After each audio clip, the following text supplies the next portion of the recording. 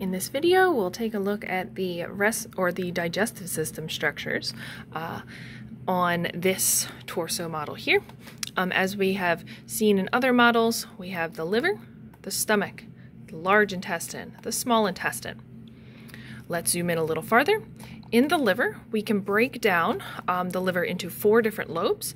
We have the right lobe, the largest, the left lobe, and if we look at the inferior aspect of this organ, right and left, and then we can also see this here is the caudate and the quadrate. So the quadrate actually looks like a square.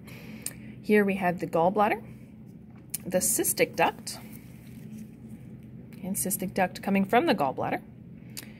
This portion right here we can see is draining bile from the liver, and that is the common hepatic duct.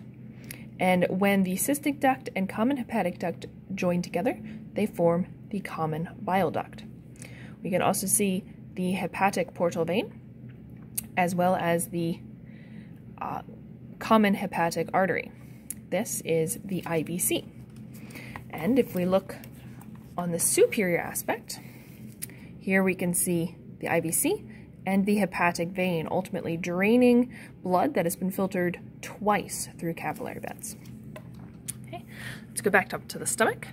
Here we can see the esophagus, emptying food that has just been swallowed all the way down the esophagus into the stomach. This domed portion up here is the fundus, the greater curvature, the lesser curvature, and this region within the stomach would be called the pyloric region. And it's called the pyloric region because it is very close to this circular muscle here, the pyloric sphincter. And this controls the flow of food from the stomach, ultimately into the small intestine. Let's pick up there. This is the first organ within the small intestine. This is the duodenum. We can also see on this model that, of course, posterior and inferior to the stomach, we have the pancreas. This white line right here is representing the main pancreatic duct, and it is through this duct that we get the flow of pancreatic juices, ultimately to buffer the pH within the duodenum. We also get digestive enzymes for all 4 classes of biomolecules, ultimately, again, depositing into the duodenum. Now, if we take a look at the posterior side, we can see the duodenum in its entirety. It is retroperitoneal, which means that this peritoneal membrane here does not actually wrap around the duodenum. Okay. This green here is indicating bile, and so that is the other portion of the common bile duct. Okay, and of course the posterior side of the pancreas. Okay, let's take a look at the anterior side once again. Okay, from the duodenum, chyme, right, partially digested food and stomach acid, is going to flow into the jejunum and finally to the ileum. Now, from the ileum, the food is going to pass through this triangular structure here. This is the ileocecal valve. It assures unidirectional flow from the small intestine into the large intestine and not in reverse.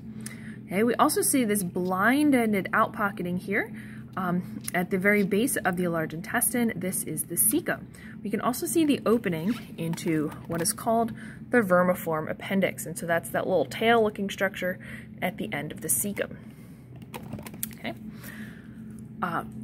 From the ileocecal valve, food is going to be propelled via peristalsis and segmentation up the ascending colon, across the transverse colon, down the descending colon, and ultimately, if we look at the posterior side once again, ultimately from the descending colon through the sigmoid colon, right, kind of like a little S-shaped right here, bringing the large intestine to the middle of the body. And here's the other portion of the piece of model that we just saw. This is the end of the sigmoid colon, depositing feces into the rectum here. Okay. A couple other structures on the large intestine. We can see these little bumps here. These are called haustra. We can also see this white line. This is called the teniae coli.